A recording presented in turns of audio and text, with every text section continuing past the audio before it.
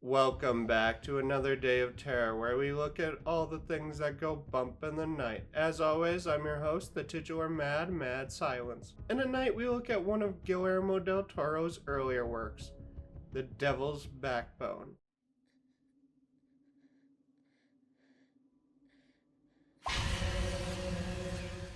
You may not recognize the name if you're less familiar with the Mexican director's complete list of work, but I'd be surprised if you haven't at the very least seen its iconic Criterion box art by Hellboy creator Mike Mignola. Designated Spine 666 of the Criterion Collection, it's a work I feel like I've slept on since becoming an avid fan of Del Toro with his Hellboy duology, Blade 2, and of course what the man himself has described as the movie's sister film, Pan's Labyrinth. The Devil's Backbone is a quiet, contemplative film that saves any and all real excitement for the end. It's about how tragedy defines people, how it can turn them into bullies or protectors, and shows just how valuable human connection is in surviving a world that can be cruel. It's a ghost story where the ghost and its purpose are elusive for much of the runtime. I think the ultimate twist and reveal about said ghost would be more shocking if those even vaguely familiar with the director weren't as acquainted with his take on monsters and similar concepts. But despite how predictable the revelation may be, it's still built up and executed so well it didn't bother me. I think people come to Guillermo's work because of his unique treatment of creatures and concepts that usually inspire fear and dread. And that is just as true for this. While not everything here works, from effects that don't always translate to some choices that feel strange and ill thought out,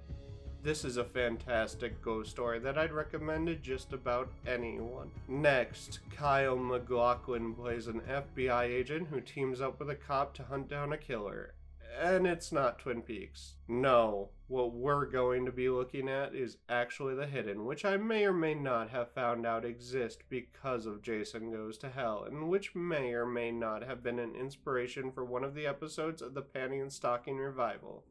But until then, like, comment, and subscribe if you enjoy my stuff and want to keep up with it or just have something to say. And if you do subscribe, don't forget to hit that bell and set it to all notifications. This is Mad Silence, signing out.